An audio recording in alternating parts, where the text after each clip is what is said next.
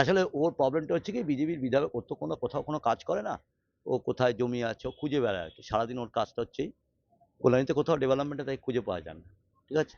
কোথাও একটা ধরুন কল বসাবা বা কোথাও একটা লাইট লাগানো। ওর তো এইসব কাজ নেই। ও শুধু কোথায় কে জমি বাড়াচ্ছে ওইটাই করে। কোথায় চাকরি বেরাচ্ছে, আ চাকরি বেরালে বিক্রি করব। এগুলো খুঁজে বেড়ায়। আর বিজেপি দলটাই এরকম। কারণ আমি বলছি না, তো ওদের বিধায়করাই বলছে যে ওই ৬৪ জনের এই ৩৪ জনের কাছ থেকে টাকা নিয়েছে।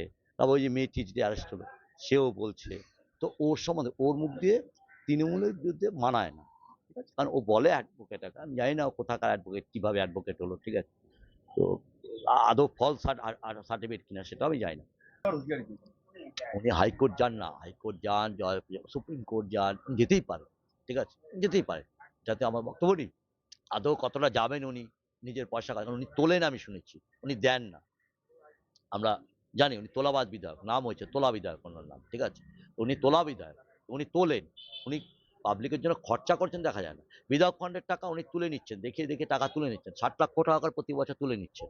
কিন্তু কোনো ডেভেলপমেন্ট নেই বিধায়ক। মানুষ তো ভোট দিয়েছিল তাকে। তো উনি হাইকোর্টে যাবেন কি সুপ্রিম কোর্টে যাবেন এটা ওনার পার্ট। ঠিক আছে? তো আবার দেখা যাবে যে ওখান থেকে কার কাছে টাকা তুলে আ হাইকোর্টে গেছে। হাইকোর্টে যেতে গেলে তো পয়সা লাগবে। তো আবার পয়সা তুলবেন। একটা